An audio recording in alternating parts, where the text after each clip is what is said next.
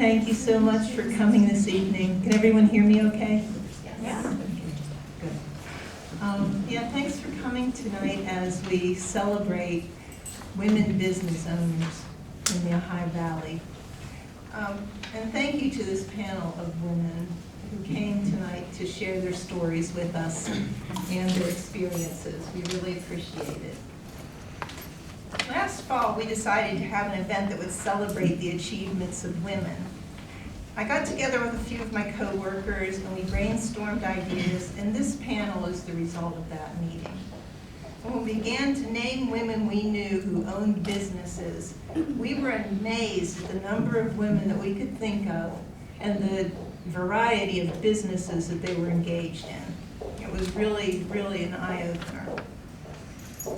I want to thank the Cultural Life and Diversity Committee and the Ohio University Foundation Board for their support in making this event happen. Also, I'd like to thank the many people on our staff who have given their time, creativity, and enthusiasm. This was truly a collaborative effort. Before I introduce our panel, I'd also like to mention a few upcoming events on our campus. Next Tuesday evening, we'll be hosting a Shark Challenge competition. It will feature teams of students from regional colleges who will be pitching innovative business ideas. In April, the OUE Theater will present the comedy Vanya and Sonia and Masha and Spike. So you're all invited to come out to see that. Our art gallery right now has a tattoo art show. So if you are thinking of getting a tattoo, you can go up and get a preview of something you might want to have on your body. That will be running through March 29th. And next month, we'll have our art gallery will feature artworks by our OU Eastern art students. More information about these events is on the table behind me, as well as some business cards and other information from our guest panelists tonight for their businesses. So I'd like to introduce our panelists for tonight. At the far end of the table, we have Dr. Stefanie Yahn. She owns a family practice dentistry office in Norwood. She and her staff are committed to providing their patients with comprehensive care and educating their patients on prevention in a relaxing and fun environment. Well, that's my kind of dentist.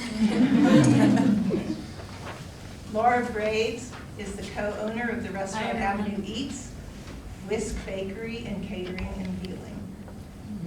And I read on their website that their diner burger has been named one of the 33 best hamburgers in America by Thrift.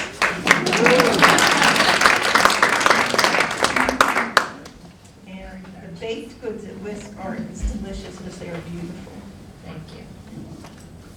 Katy McKinley owns and operates Thread and Crane, an online retailer of handcrafted goods. Katy works out of her home in Wheeling. And I was looking at her website. She makes some very interesting and fun t-shirts and some beautiful wooden jewelry. And I think you're wearing a piece of your jewelry tonight, aren't you? Every day, yeah. So I would check out her website if you're looking for some unique handcrafted gifts. I know I'm going to be. Jeana and Joyce Paglialunga jointly own and operate from past to present a quilt and embroidery shop in St. Clairsville. And these two are so dedicated to their craft of quilting and embroidery that they traveled to Milan, Italy to tour the Arafil, thread company. I mean, that's pretty cool. And they also visit many trade shows to further their education in quilting and embroidery. And last but not least, we have Paula Sikora of Sikora Montessori School in Wheeling. The Sikora Montessori is dedicated to the Montessori philosophy and method of education. The Montessori teacher encourages the child to explore and discover, developing his or her creativity and enthusiasm for learning. And our moderator tonight is Ginny Favede. Ginny serves as the Executive Director of the Ohio Valley Construction Employers Council, as well as the co-chair of Project BEST. Ginny served as the Belmont County Commissioner for the last 8 years and 5 years as a City of St. Clairsville Councilwoman. where she has demonstrated a record of growth, innovation, and leadership. Under Ginny's guidance, Belmont County, along with Marshall and Ohio counties in West Virginia, was noted as the 5th fastest growing economy in the nation by the U.S. Department of Commerce. That is some accomplishment. So thank you, and please welcome Ginny Favede.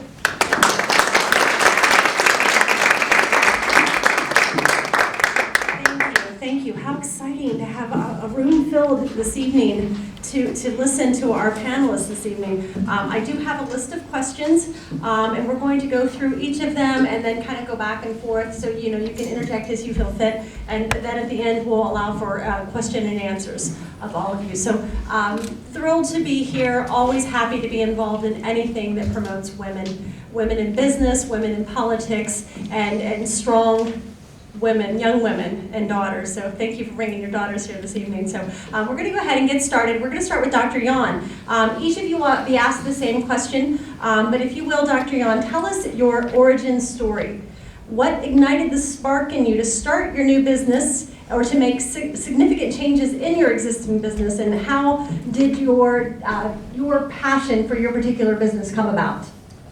So my origin story is just a little different. I graduated dental school in May of 2015, and then I was asked to fill in for a dentist after he suffered a heart attack. I was just there for a couple of days until he could recover. I was in the process of purchasing another practice, and unfortunately the doctor did not survive the heart attack, so I was filling in just kind of short term until I could get the other practice on its way. In the meantime, his wife and family asked if I'd be willing to stay there. So getting to know the patients, it was in my hometown. My husband's grandparents actually lived right behind the office. It's kind of a no-brainer in the heart department. Mind you, I knew no numbers or anything at this point in time.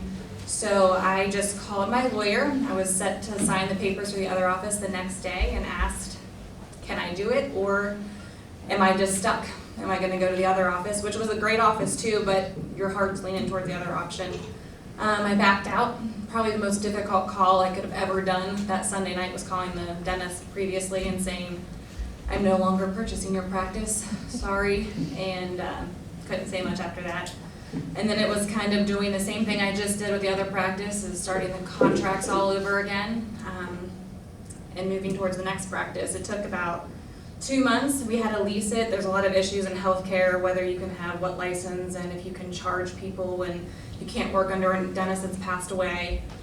So we had to lease the office first, and then after we got approval from the bank and everything else and the state, I bought a practice about 2 months after that. So it took about a good 4 months to actually purchase the practice, but it's now mine, and it'll be 2 years coming up here in the summertime.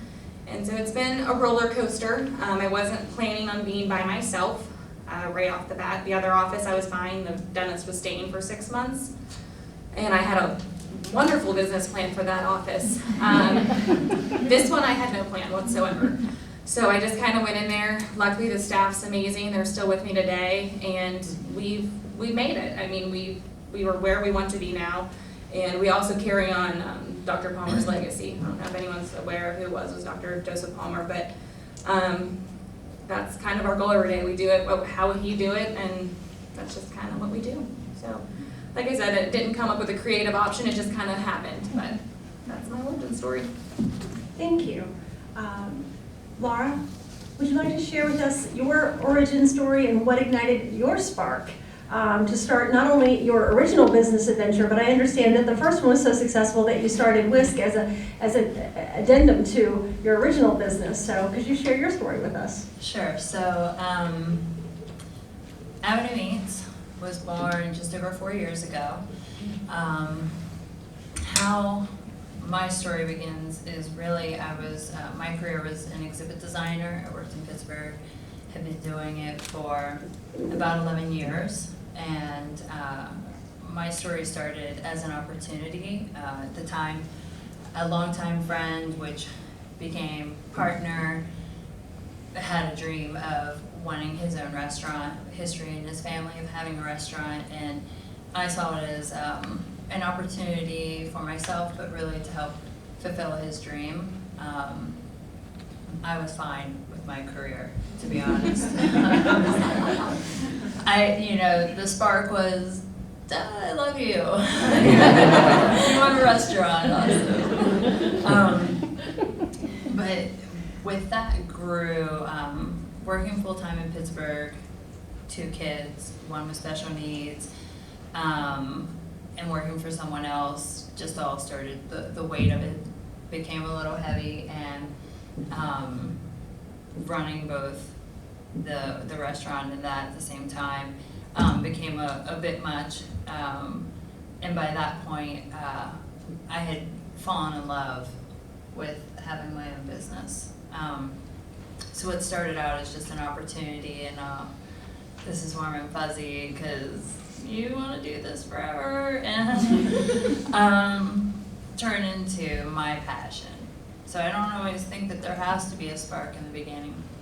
It's kind of like you have a friend forever, and you all of a sudden one day look at him and you go, hey, you look a little bit different today, what's up? But so I grew into this passion. I grew into the love of having the restaurant, being boss ladies. A couple of my staff call me, not him, unless it's behind his back. But, and so I grew into this, and that's been 4 years now. It was 4 years actually, February 15th. So we're pretty excited about that. And then with that, when we first started the business, because we do everything fresh every day, we were like, what are we gonna do for dessert? I was like, I don't know, maybe I'll try and bake a cupcake. I'm kind of busy, but I'll give a try at this cupcake thing, and it turns out I can make cupcakes. And hey, we'll have a couple dozen cupcakes a day, something, for the restaurant. Turned into oh, now we need 4 dozen a day, and now we need 6 dozen, now we need rules, there's cupcake etiquette. And where I'm going with this is the thought process that started going with eventually what became WHISK, because with the we can't make enough cupcakes for the restaurant became this influx of emails, we need 30 dozen cupcakes for this event. Can you do it? I'm oh my gosh, I'm a home baker. You understand that, right? I'm an industrial design major. I'm an exhibit design.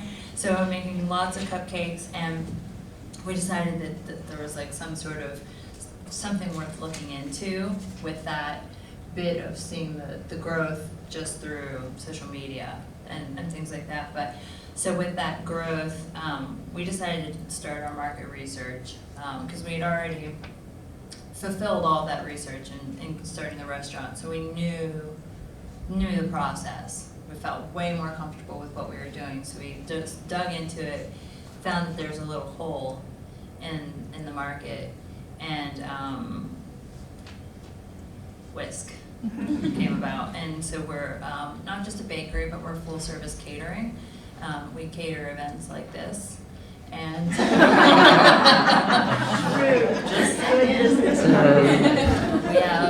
but yeah, so we do. So that's where WHISK came from. The same philosophy, same business, essentially following the same business plan. And WHISK celebrated 1 year birthday. It's 1 year birthday on December 1st, and in the last year.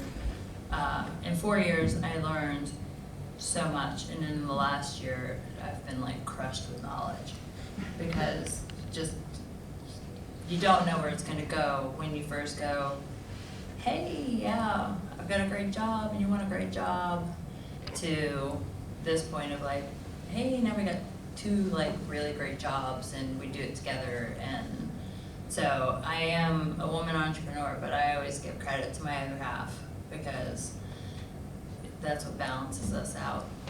Oh, nice.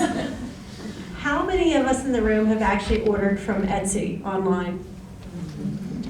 Unbelievable. Love that. So with that, Katy, would you share your story with us? And I love your story, because your story is the dream story. A work from home, entrepreneurs, you see that on TV, you see those things all the time, and to see someone who's actually made it work, and you are a mom. I mean, it's tremendous. So please, if you will, share your story with us and enlighten us on how you got to where you're at.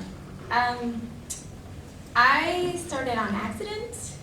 So, most people have a great business plan and they put a lot of thought into things, and of course, that's not how I do anything. I was pregnant with my son. Well, he's 6 now, and I became a nester like most women are, and we had a small apartment, so I didn't have a room to decorate. I decided to learn how to crochet, and I'm left-handed, so I went on YouTube and learned how to left-handed crochet, which is a lot harder to learn from a right-handed person than you would think it is, because your brain doesn't work that way.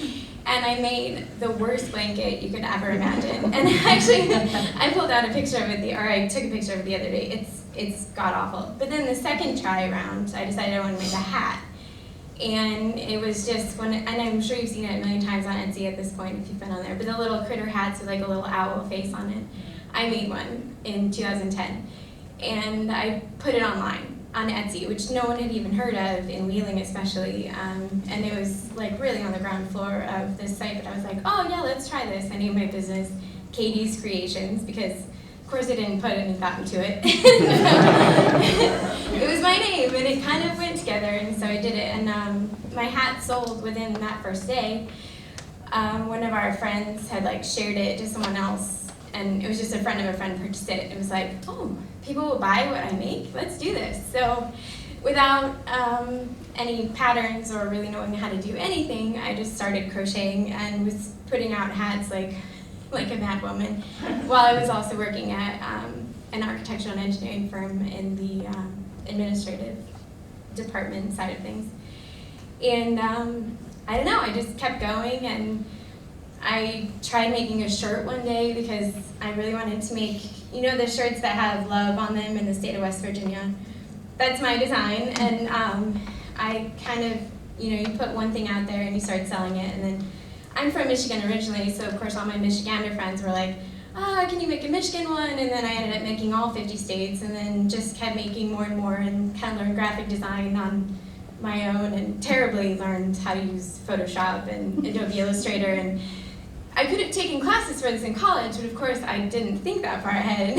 And I was in a forensics field, so of course becoming a handmade artisan for a job isn't really the path that you would think it would take. But it's just been, I get an idea and I follow through on it, and something else grows from it. And so we have an entire line of shirts for all 50 states. I make a lot of, we make a lot of everything. We recently purchased a CO2 laser, so we can laser cut and engrave just about anything we want to, but we do a lot of necklaces and things out of wood. And I also do contract work for a pattern designer who designs women's patterns for sewing. So probably 50% of my day is spent teaching women how to sew their own clothes to fit their own bodies all day long, which is really fun, but also really frustrating at the same time, because I'm not there next to them, so I can't just, make it happen. But so we do,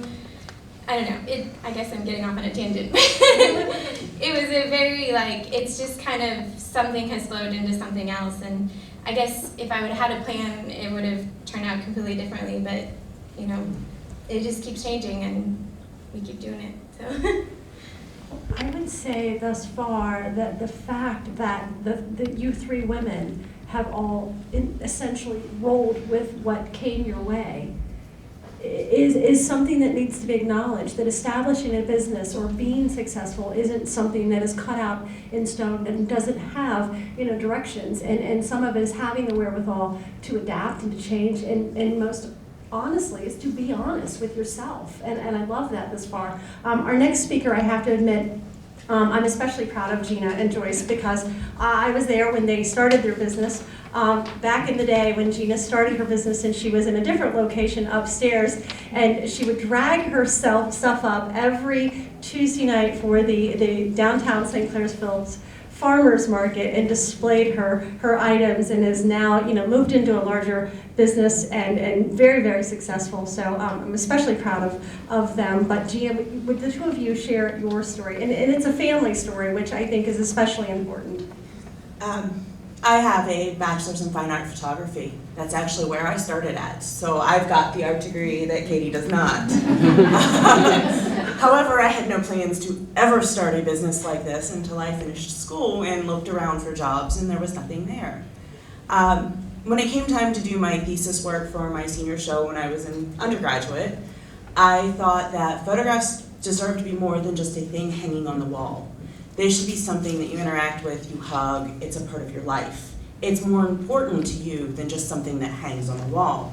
So I talked to my professors, it was printmaking and photography both at the same time, and said, hey, can I make quilts? What can I do with this besides just photos on the wall? I'm like, yeah, quilts, that's really cool. And I'm like, can my mom do the sewing? And they're like, sure, why not? So what's our goal on this? How many do I have to have done in a quarter? And they're like, well, we want 2 a quarter. I'm like, okay, which means what? And they're like, well, the first one, we need your idea. We need to know what it's gonna be. We need to see your pictures. We need to discuss them. Okay. So we discuss them. I tell them what my plans are once the photos are done. They're like, well, you need to do this, you need to do that, you need to make these changes. I'm like, okay. I go home, I make the changes, I call my mom. We met halfway between here and Athens, Ohio, because that's where I was. And I would lay out in the back of our blazer, I'd lay out all our photos and be like, okay, this is the order they need to go in. These are the fabrics that go around each one. This is what I need in 2 days. She would get in the car and drive home, and she'd call me, she'd be like, wait, what am I doing again? And this was kind of before everybody had cell phones, and definitely before video chatting, so it was describing over the phone what we were doing. And she'd turn around and meet me 2 days later, and I'd take it into class, and we'd hang it up on the wall. They weren't sewn together, but we had blocks. They just weren't pieced for a quilt top. So we'd pin them up on the board, and everybody would be like, yeah, I like those, but you know what, move that one down here, this one here. And I'm like, but there's a story behind how they're done. That's why it needs to be like that. And needless to say, we got everything done in the time frame, and I did more than just quilts. I made some dresses out of photographs. I did a book using alternative processes because that was another class I had. And I went on to grad school, which unfortunately I have not finished that degree yet because life got in the way. And I moved home and I looked for a job. And I looked at jobs and I'm like, they're not gonna pay me what I deserve. They're not gonna pay me what I need to live on because I'm gonna be at a starting wage, but I'm implementing everything that I know that they don't know. I'm like, why don't I start a business? And as Ginny said, I was in a different location. I was upstairs of Newellstown Diner, if those of you from the area know where that is. Door was on the back of the building, old building, flight of steps like this.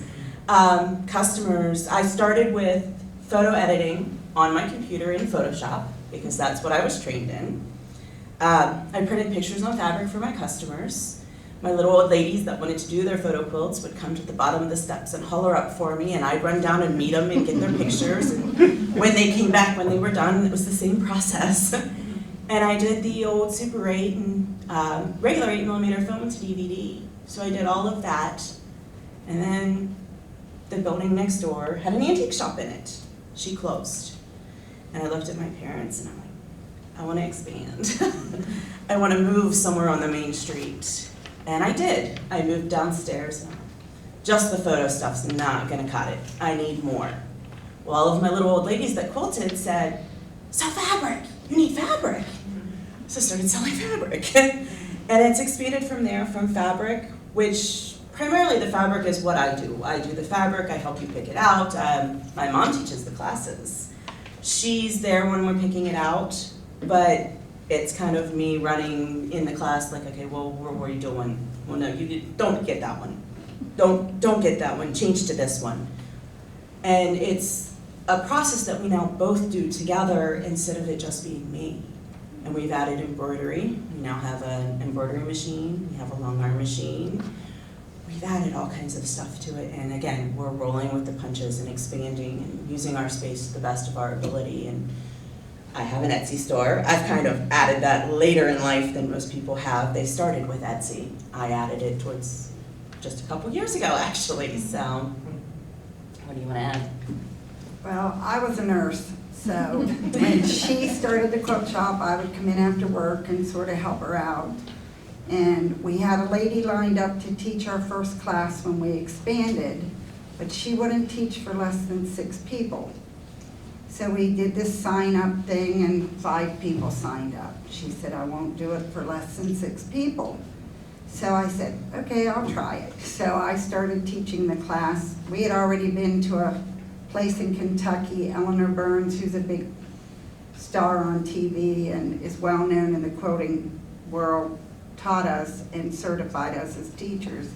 We went down to Paducah, Kentucky and took classes with her. So I thought, well, I guess I'll try this. Well, it's just grown and we've been there 7 years and I'm still teaching and we're still learning. And we're open for all kinds of suggestions and we're the first to say we don't know everything and we're open to try anybody's ideas. And we just try to keep up with the most up-to-date product and keep it where you're interested instead of bored. And it's fun, and we even do a sip and sew.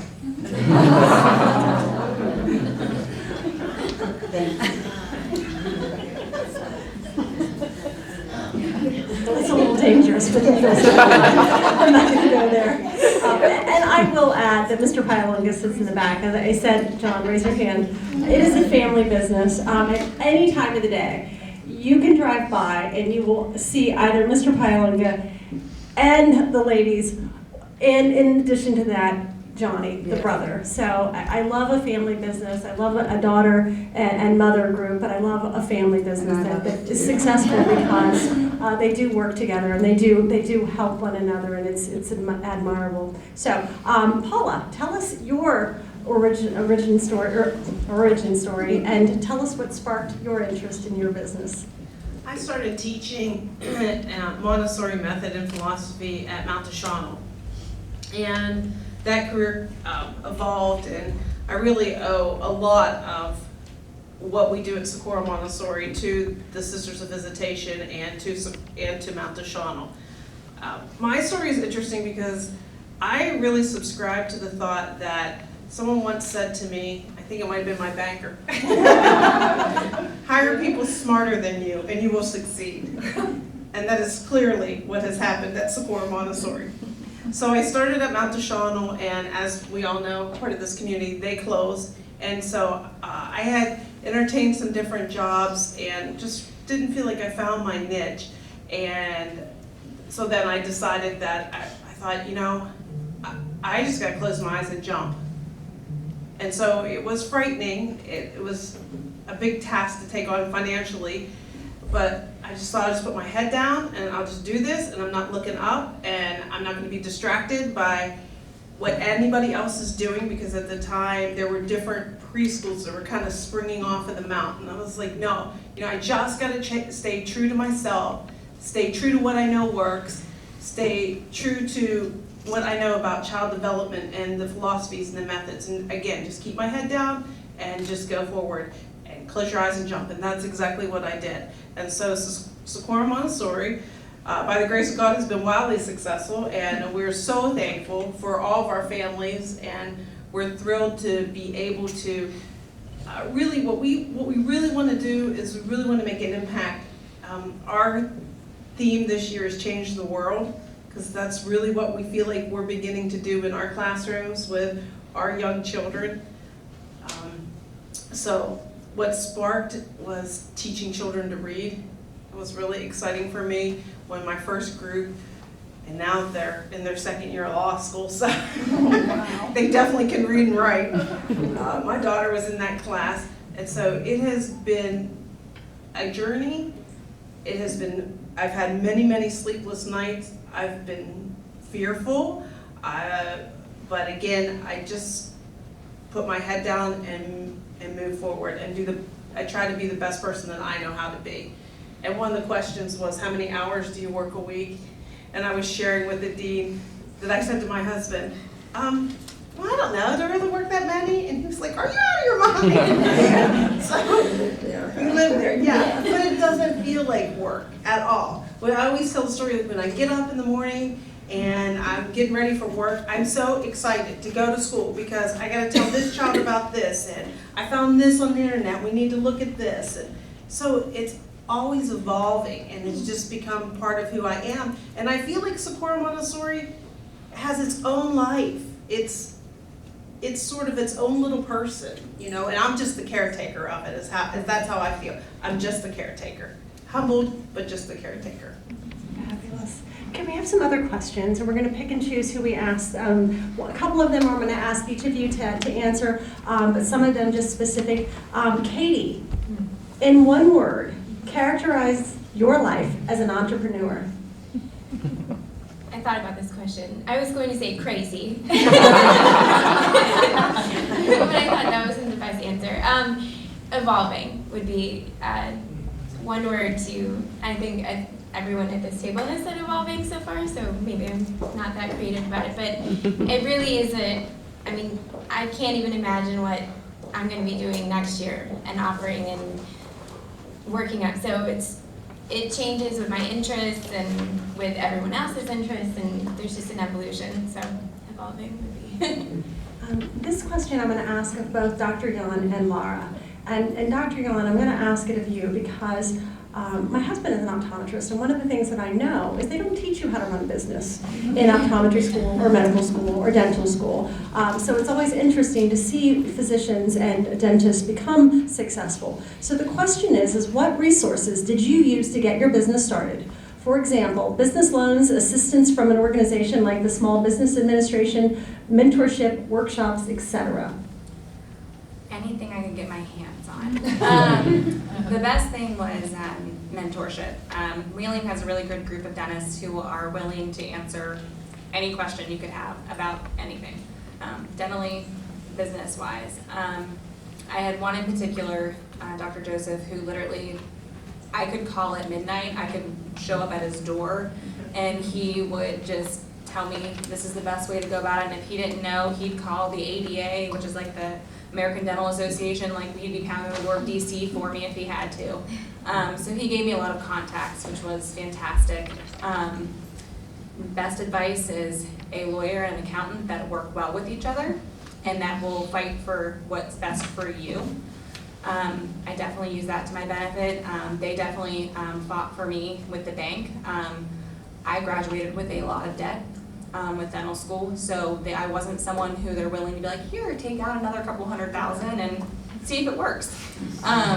So they had to fight for me. They had to prove, she's got really good work ethic. I mean, I had to as well, but they were a little bit more willing to listen to the lawyer and accountant who've been in the area for a long period of time and stood behind me. So if it weren't for them, I would never be able to say that I'm a business owner.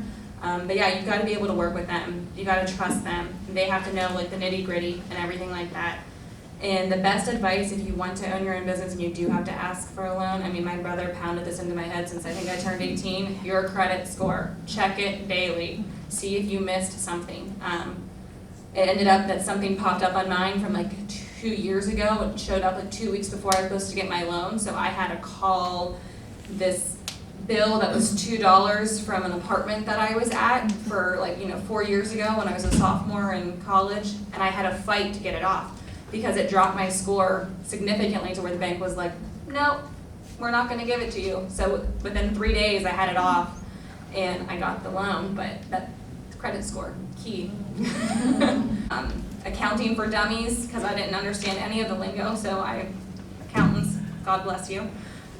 But yeah, I learned a lot that way too. I'm going to ask the same question of you, Lara, because as I said, I'm so impressed that you started the one business and then sprung off of that and created another business. But what resources did you use to get your business started?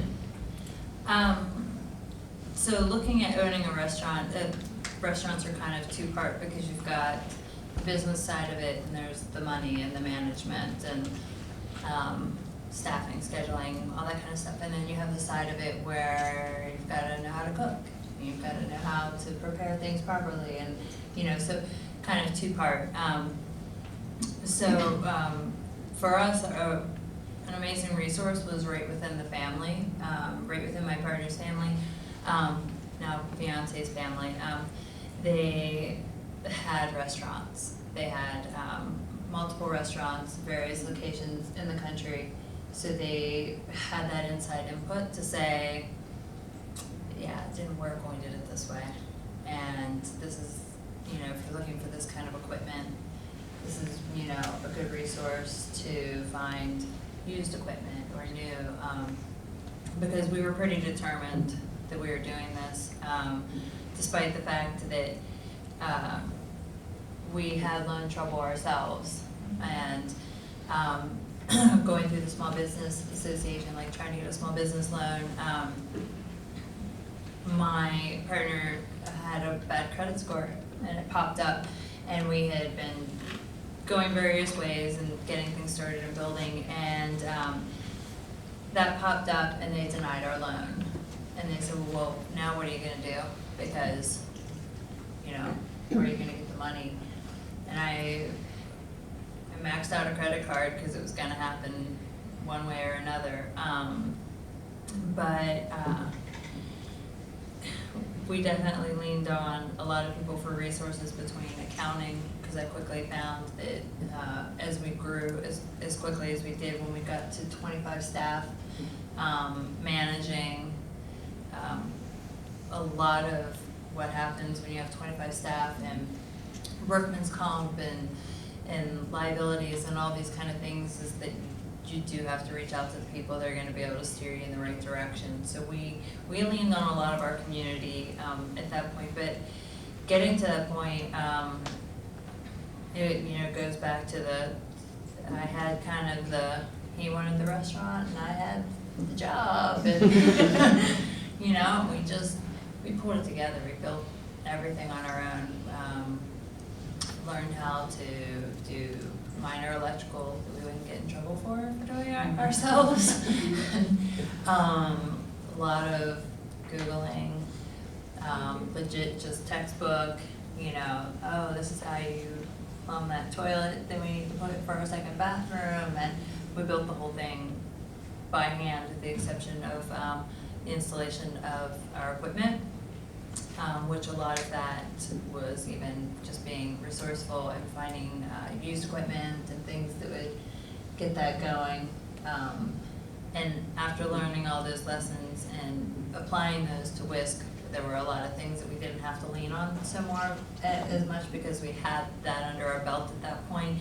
And at that point we didn't have, we relied on Avenue Eats to build WHISK, and we didn't have to turn to being turned down by the Small Business Association and leaning on other people. We were able to lean on ourselves at that point, which was an incredibly rewarding experience to have. And then, you know, people, you know, are really receptive, and that just made it all worth it. I hope I answered that.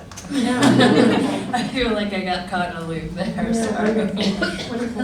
Jeana, what advice would you give to college students who want to become entrepreneurs? What advice? That's, I guess I would say make sure you have everything done. Get your LLC, have a lawyer that can look over your contracts for you. Have somebody that can back you up in your family, if nothing else, or a really good friend. I've been lucky that if I had a doctor's appointment, my dad would come in and watch the shop for me until we got as big as we did. But he used to come and sit there, and the ladies would come in and be like, we'll come back when the girls are here. But at least we were open. You know, we didn't have to close for a day randomly because I had a doctor's appointment or I had the flu, because I ran it by myself until my mom retired. And my dad doesn't know that. He doesn't know sewing. Make sure you understand what you're doing. She underestimates you, John. Not really. Not really. Make sure you know what you're doing, and if you don't, be willing to admit that you don't know the answers. If a customer says, well, I'm working on this pattern, how do I do it? I've never done that, I don't know, but let me find out for you. It's very important because they will come back if you tell them you don't know, but you'll find out for them. have a strong mother or someone like that. Thank you. Paula, how has being an entrepreneur affected your family life? What sacrifices have you had to make to be a successful entrepreneur? I don't feel like I'm the one in my house that should answer this. So I call your husband? Yeah, because I don't really feel like I've made a sacrifice. I've been very lucky because as it all happened to unfold, my youngest child was a junior in high school. And she was just she was the last of the bunch, and so we all know, those of us who have multiple children, that last one just, you can throw the blanket in the room, they figure it out type of thing. And so she was still very much like that. And so we really were an empty nest. And so that was very, very fortunate. My husband travels for his job. So, it was okay. There wasn't a huge sacrifice, but I do see my teachers who have young children and who are making that commitment to the long hours that they spend there, and they're there on the weekends, and they're there in the evenings, and so I don't know how they do that. I think that would be very difficult, and I think if you were considering being an entrepreneur, considering it, you have to give it everything you have. You have to give it everything you have. There will be nothing left for anybody else. So make sure whatever relationship you're in, it's pretty rock solid. Joyce, how many hours a day on average do you work? And could you describe or outline your typical day? That's a tough one because I'm a workaholic. And I when think there's you all are, to be honest. but when there's a job that needs done, it's nothing to drive by our shop at 10, 11 o'clock at night and the lights are still on and I'm in there sewing. And my husband refuses to let me bring stuff home because he knows I'd stay up all night to finish it. But I love it. It's not a job. I chose to go in and work with Jeana. So to me, a typical day, even if we say wouldn't have a customer stop in, I have friends who pop in. That's about the only time I take a break and sit and talk. But usually I'm still fiddling with something. But a typical day, if Jeana's there, I don't always have to be there to open the shop. So sometimes instead of being there at 9:30, I might show up at 10 or 10:30. And if she has to be somewhere in the evening, I can stay. But Thursdays are a really late day. That's our quilt class night. And it's not unusual to be there 12, 14 hours. And if we're not busy with customers, we're always making something or trying something new so that when they want to do it, we're prepared for it.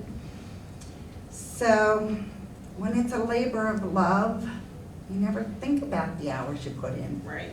You're just there, and if you get tired, you go home. Or you go in the back room and sneak a nap.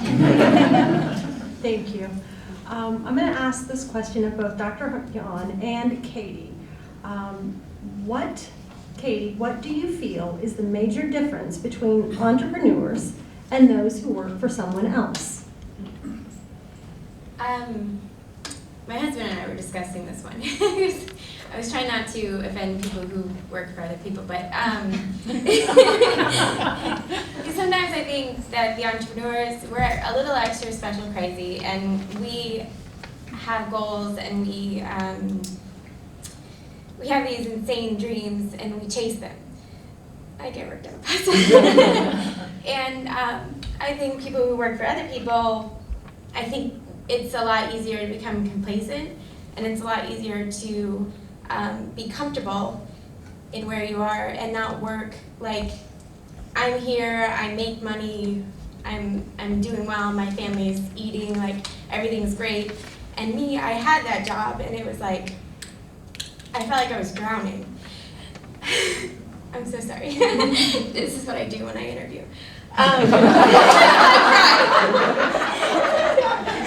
a crier. Anyway, it just, I felt like there was never enough. I think that's the difference, is like the entrepreneur side of me, and it's in my entire line of family. Like everyone in my family runs their own business of some sort. I married into a family of people who are entrepreneurs. It's really interesting.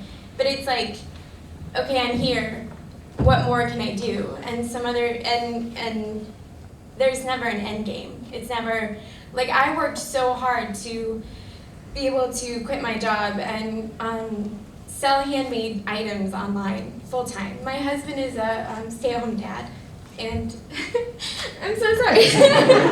I get worked up over nothing. My husband's a stay-at-home dad, so since my son was 3 weeks old, I went back to work for maternity leave, and then I worked my butt off, and I mean, he was working his butt off at home taking care of Louie, but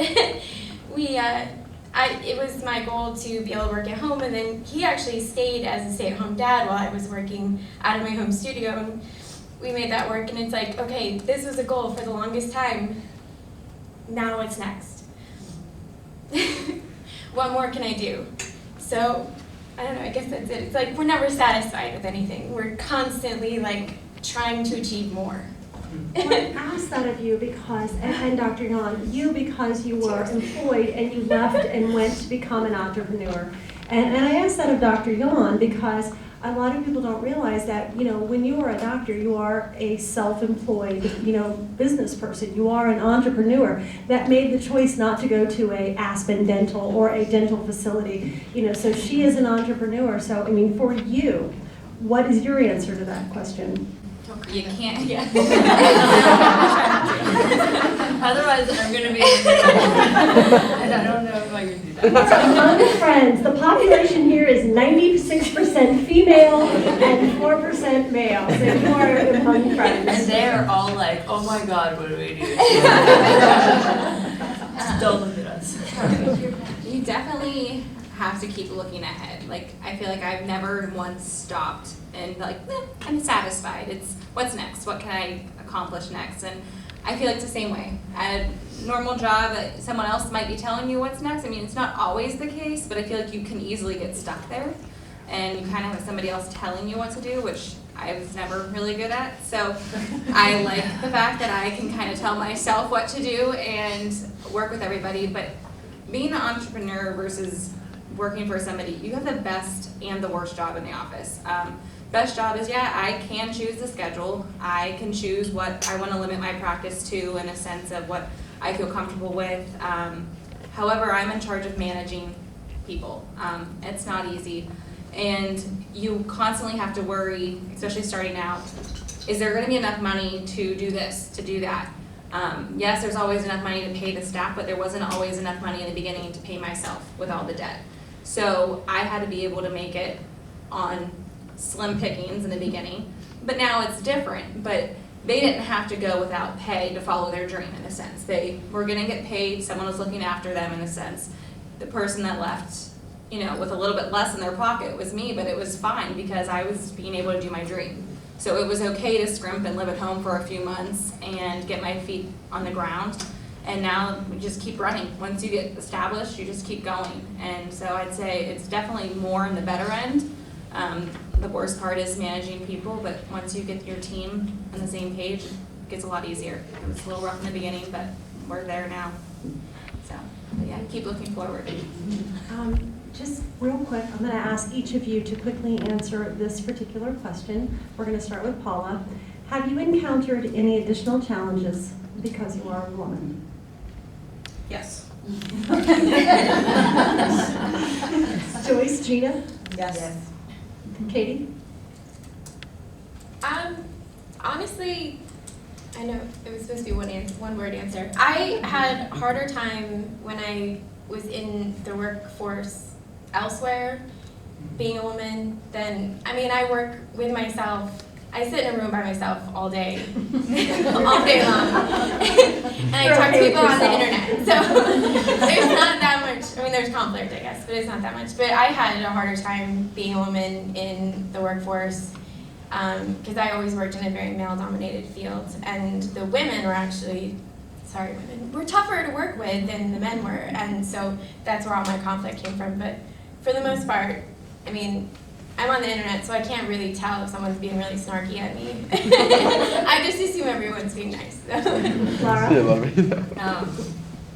I agree with so much of what you just said. So,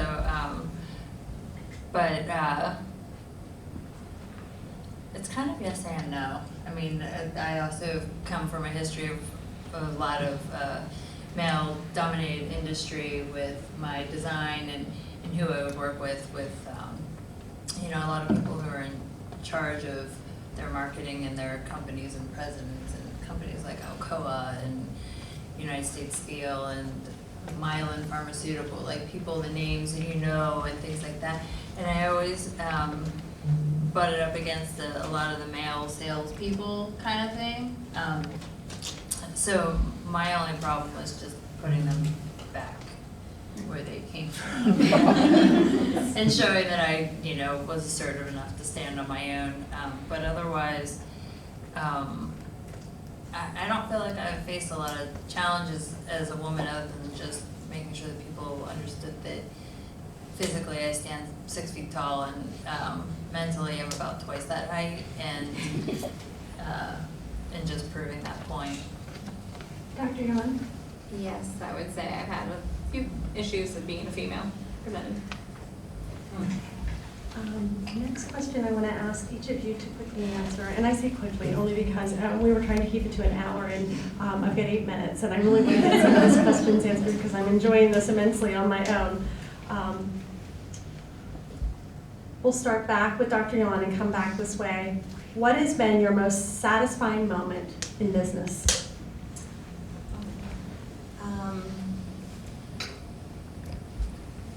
I guess it was 1 month in, this lady had a space between her 2 front teeth and was told that she could never, no one would ever able to fix it. She can't afford anything expensive. So I guess dentally you can only close a small space with it lasting hopefully long enough. But I said I'd try, and it was probably twice the size of what I would realistically know would last her a long time. So I closed this space, and she just started in tears instantly when I gave her the mirror. And I was like 3 months out of school, I think, so I start crying, you know, like I'm so happy for you. As she's walking out the door, please don't bite on a piece of carrot or granola or anything like that, like put it to the side. And I saw her actually about 3 weeks ago, and they are still just as perfect as they were. So it's been a little over a year, almost 2 years.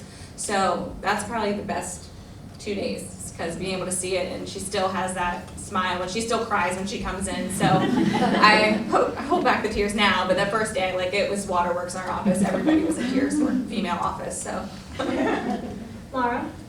I think probably one of my most satisfying moments would be because our thing is that we make everything fresh every day. That means that we're not just pulling out a box of frozen stuff and somebody says, oh, is there this in it or is there that? And I'm like, oh, wait a minute, let me go read the box now.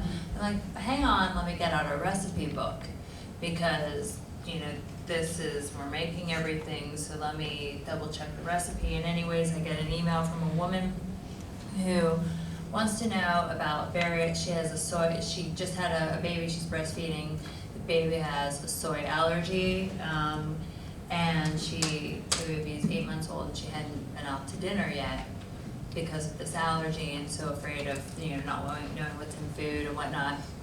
And she said, can you just tell me, you know, what has soy in it and whatnot? So I was able to pull out the menu and go down item by item and talk with her about the various reactions that she was finding that her baby had after feeding, and knowing what everything was in our food, being able to work with her and say, okay, so if we do this with this recipe, or if we just take this away from this certain item that you want to eat, but let's do it with this way, and alter things, which we can do very easily.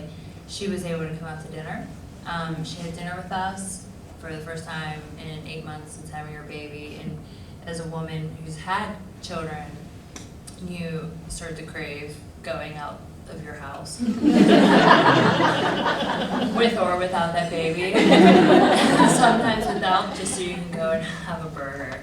And she came and she ate with us, and then she emailed me because she was so happy to have had that moment.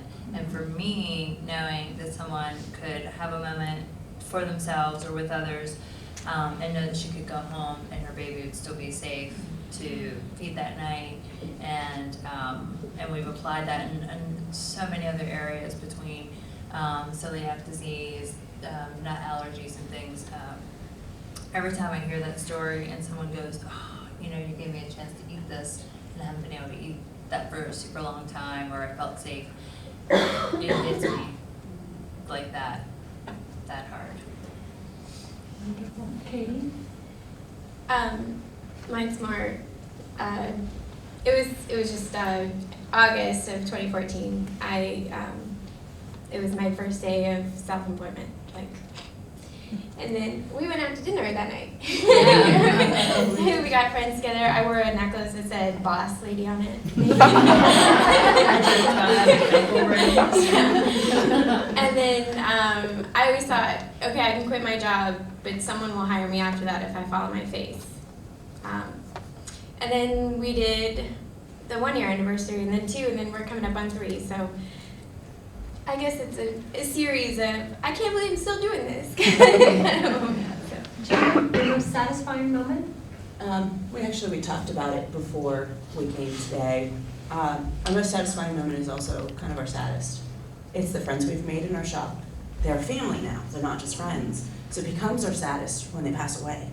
Because a lot of them are older ladies that come in. You get to know them, they become family, you see them week after week, and then all of a sudden they quit coming. So it does become sad. But that's, for me, the best part of it is more family. Joyce?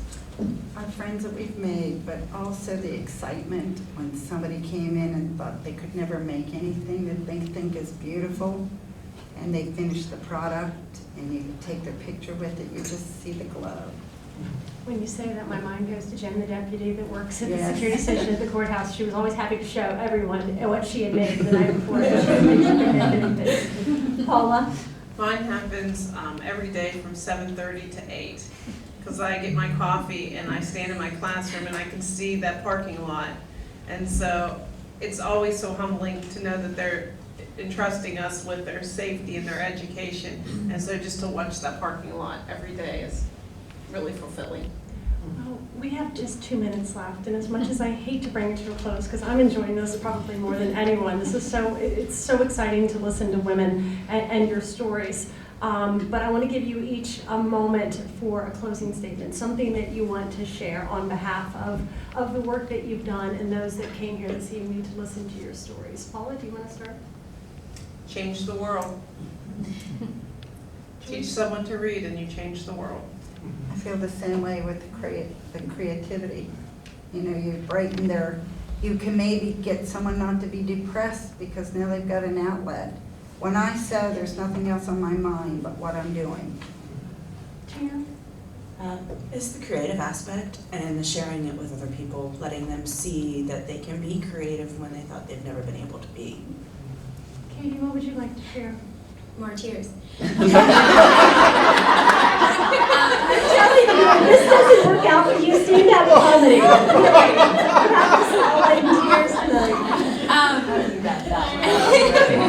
I think never be afraid to fail. I think that's a big lesson that I've learned is I suck at a lot of things. But it's helped me figure out what I'm good at. So. Lara? How do I follow that? I'm trying to. No, I don't know if I have a lesson other than the fact that you don't have to have a plan to make your plan. I didn't imagine being here. I didn't imagine Avenue Eats turning into WHISK. But when we started down that road, the business plan group, we did put things in step. As much as we kind of talking about winging it and we just jumping ahead, it was months of planning. But I didn't plan for that to happen. And there was a question on here about something about with your career. If you had a chance to start a career over again or whatever, I would say that always leave it in your plan to give yourself that opportunity. because if I had a chance to do over my career, I would say that happened 4 years ago, and brought me to here, and I don't look back. So I always encourage people to just ride that out, and as cliche as it is, follow your dream, or or someone else's dream, or, ride on their tailcoats. Like, don't do that. Be a leader. But anyways, yeah. So Mine would be, you know more than you think you do. Coming out of school, I didn't think I knew how to do anything. I mean, you're in school, you learn all this stuff, but now I'm on my own. You do know more than you think you do when you graduate or when you're just starting something new, so don't be afraid to take the leap. But at the same time, never leave the classroom. Every day is a new learning experience. You're gonna learn something new as long as you keep your mind open to it. And that's the best part of it. If you're learning something new every day, it just keeps going. Okay, ladies and gentlemen, that brings us to a close. Just my notes that I was keeping, the lessons that I learned this evening to be a successful entrepreneur. Have a good lawyer. Have a good accountant. Have support. Do your homework. Know your credit score. Have a good banker. Harness your passion and keep at it. And be honest with yourself and be honest with life as it comes towards you. And work hard. Ladies, thank you so very much. I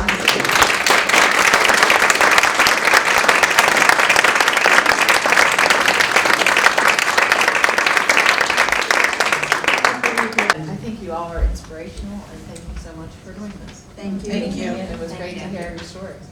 Thank you. I'll say that too. My mantra for this year is I stole it from Madeleine Albright, who on the campaign trail, and you all touched on it, how tough women are on women. I've worked in predominantly male fields my whole career as well, the military and then banking, and we're really hard on ourselves and others. So everybody in the room, excuse my language for just a moment, had a sailor mouth. Her comment was there's a special place in hell for women who don't support women. And we all need to keep that in mind when we see young women coming up, and you all are perfect models of that. So Thank you. I would have loved to have my daughter here tonight to see such strong women and the success that you've been able to have. So They said congratulations on This that. will be on the YouTube, they said. So. There you go. If I can get her to move back here, maybe this will do it. Thank you all very much. Very enjoyable. Do you have a question? Yeah, if I might. Paul, you used a word, I think you said fearful, but just the word fear. That has to go along with being in business, and not just when you start, but when all kinds of unexpected things happen. Would any of you care to address how you manage fear, reharness your energy, and move past the situation? I Take a deep breath. this year. I kind of just shove it way down deep. I don't let anybody know it's there. And then I go home and hang out with my dog and read a book, and I'm pretty good. And then I come back in, and my mom's usually found something really cool and new to show me that she found on Facebook because she couldn't sleep the night before. And we're back to, oh, wouldn't that be awesome in this color and that color? And we're kind of back to where we were beforehand. When she was going to open, she said to us, "What if I don't make it?" And my reply was, "What if you do?" So I try to always squash her feelings. Very nice.